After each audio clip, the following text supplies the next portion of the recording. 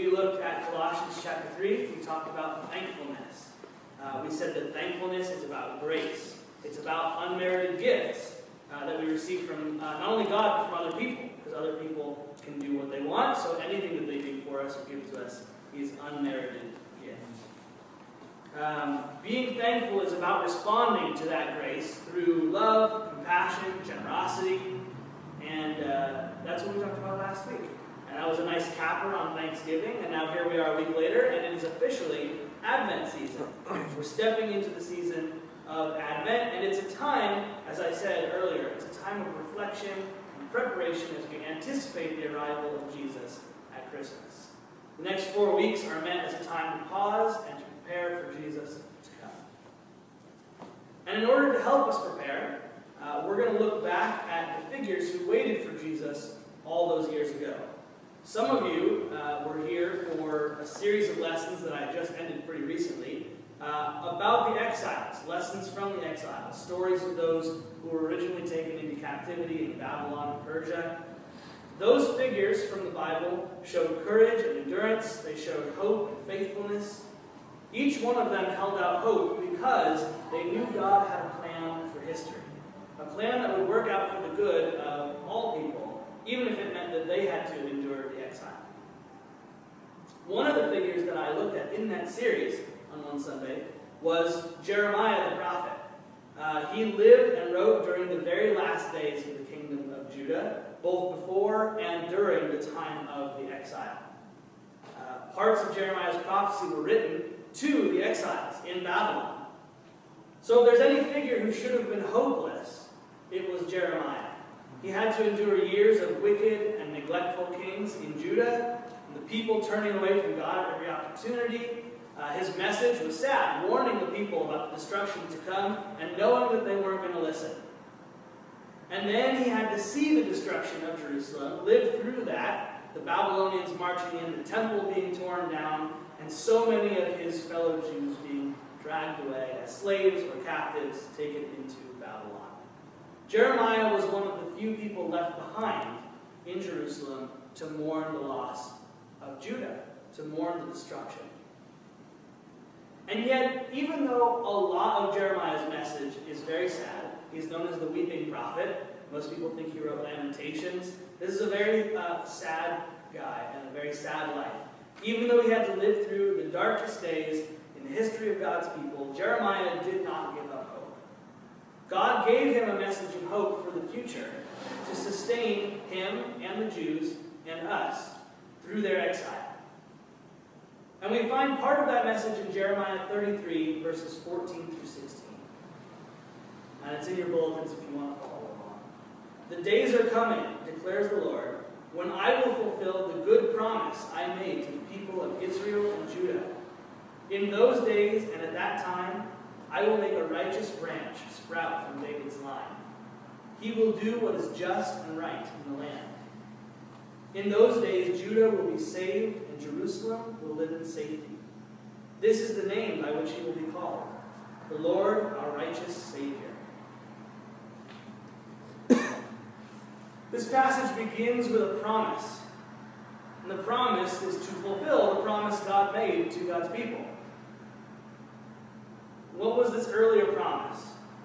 Well, there's actually several of them. They're the covenants that God made with God's people throughout the ages. To Abraham, God promised that his descendants would be a great nation, that they would have a land, that they would be a blessing to all people. To Moses, God promised that the Israelites would be God's people, that God would care for them and protect them, and that covenant established the law of God, so God's way of life for his people. And then to David, God promised that David's descendants would rule forever in Jerusalem. To the people of Jeremiah's day, it probably seemed like each and every one of those covenants was null and void, broken, done. The Jews had been taken from their land. Their numbers were dwindling because they were, in captivity. They fought wars and lost people. God's hand of protection had not kept them safe from the bloodthirsty Babylonians, and they knew it was their own fault because they hadn't been following the covenant. They hadn't been following the law. There was no more kingdom in Jerusalem either. Temple destroyed. No more king on the throne. How could one of David's descendants rule on a throne that no longer existed? For the Jews in Jeremiah's day, everything was chaos. And I don't know about you, but it doesn't really sound that far off from today.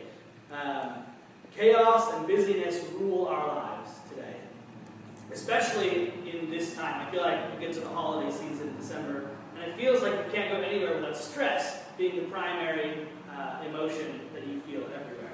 Parking lots are crowded, stores are a madhouse, people are taking out their stress on their families and their coworkers and their friends, and that's just the minor problems. That's just the interpersonal stuff that's related to the holidays. There are migrant families who've walked thousands of miles, stopped at our southern border, and depending on who you talk to, we're either not doing nearly enough for them or we're already doing too much to help them.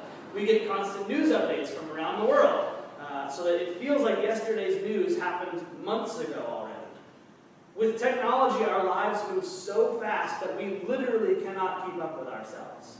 It's being proven that our bodies, our minds are not meant to move as fast as technology does now. In the age of terror attacks and mass shootings, you literally can't step outside your home without subjecting yourself to the possibility of a violent and senseless death. All of that gets so overwhelming that you only really have the choice of ignoring it and throwing up defenses, pretending it doesn't exist, or having a complete breakdown if you really pause and think about it all. We are a people uprooted, not knowing where to turn. And that, I think, is very similar to the people who went into exile that Jeremiah is writing to. Into our chaos and into the chaos of those exiles, God speaks through Jeremiah, and this is what he says. The days are coming when I will fulfill the good promise I made to the people of Israel and Judah. In those days and at that time, I will make a righteous branch sprout from David's line. He will do what is just and right in the land. A righteous branch will sprout from David's line, which means that there will be a king in the line of David. God is promising to restore the covenants that he made with his people. There will be another king, which means that not all hope is lost. I particularly like the imagery that Isaiah uses in Isaiah 11, verse 1. A shoot will come up from the stump of Jesse. From his roots a branch will bear fruit. It's a very similar image. I think they probably borrowed from each other. Or Jeremiah borrowed from Isaiah. Isaiah's earlier. The image of a stump, though, suggests the barrenness. I think it's more evocative of that barrenness, deadness of the tree. The line of David, there is no king, but a shoot will come up, a new branch will arise, and there will be a king. But this message isn't just that there will be a new king in the line of David. It's also about the type of king that he'll be. This new king in the line of David will do what is just and right in the land. The kings of Judah in the time of Jeremiah were not like this. They almost uniformly come across as very bad rulers, very poor kings. They ignore the will of God, they behave sinfully, they enjoy the opulence of absolute monarchy without taking any thought for their people, without taking care of their subjects. This is another way that I think we can probably relate to the Jews of Jeremiah's day. Without needing to name any particular politicians, I think we all feel there's a lack of righteousness and just leadership today. Not just in our country, but state, city, in our workplaces, in our churches sometimes. It feels like we have leaders who ignore what's right and do what's good for themselves. But God promises that this new king will not be like that. The new king will rule with justice and righteousness. In verse 16, Jeremiah writes, "In those days Judah will be saved, Jerusalem will live in safety. This is the name by which he will be called, the Lord our righteous Savior." Safety seemed a long way off for the Jews of Jeremiah's day. They had just endured the destruction, the rape, and the pillage, and the plunder at the hands of the Babylonians. And those people, the Babylonians, they worshipped other gods. They had no regard for the Lord. Now, they lived in a foreign land. The Jews did. the strange people who wanted them to become Babylonian. They were in danger of losing the things that made them Jewish, that set them apart as God's people.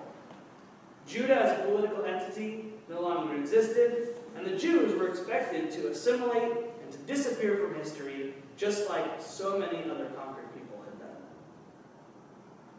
And once again, safety seems like a long way off for us, too. As I already mentioned, danger seems to lurk everywhere in our society. Fear is a really big part of our world. We live in fear of the other, fear of the unknown, fear that we might lose what we have. Our politics are driven by fear. Our economy is boosted by people buying products and services to combat fear.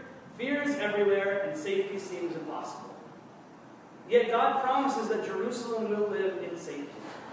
And we too are promised that we will live in safety.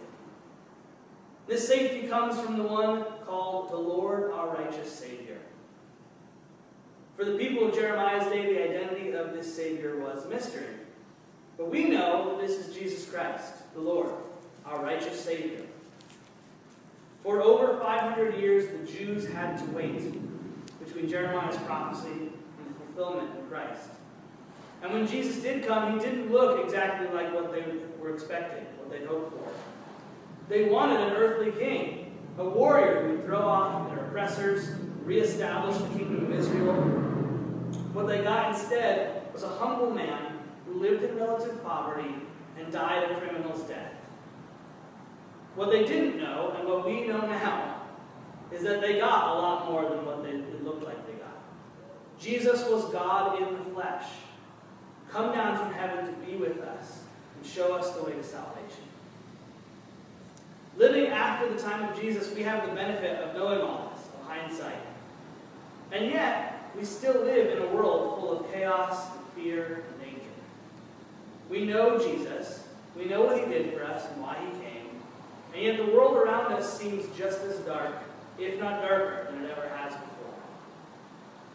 And that is why we need Advent. As a reminder, Advent reminds us that we're still waiting, that though Christ has come and gone, he will come again. We prepare our hearts at Advent not only to celebrate Christmas, but to be ready for the return of the righteous King. Advent also reminds us that God will fulfill God's promises to us. As dark as the world may seem, as much fear and chaos that there is out there, God promises us that this is not the end. Advent is a reminder that there is light in the darkness, and the light is true life through the Son of God. God loved us so much that Jesus became a human being. He experienced our pain. He united God with his own creation. God still loves us that much. And so we have the church, the body of Christ, to carry on the justice and righteousness that Jesus began and taught in his earthly ministry. And God will always love us so much that God will send Jesus back to us to usher in the age to come. So as we begin our Advent celebration this year, our time of reflection, may we remember that though the world is dark, though chaos and danger reign, we do not need to fear, because we have a Savior, a righteous and just King, who makes us safe and is coming again to usher in the age to come. Let's spend some time in prayer.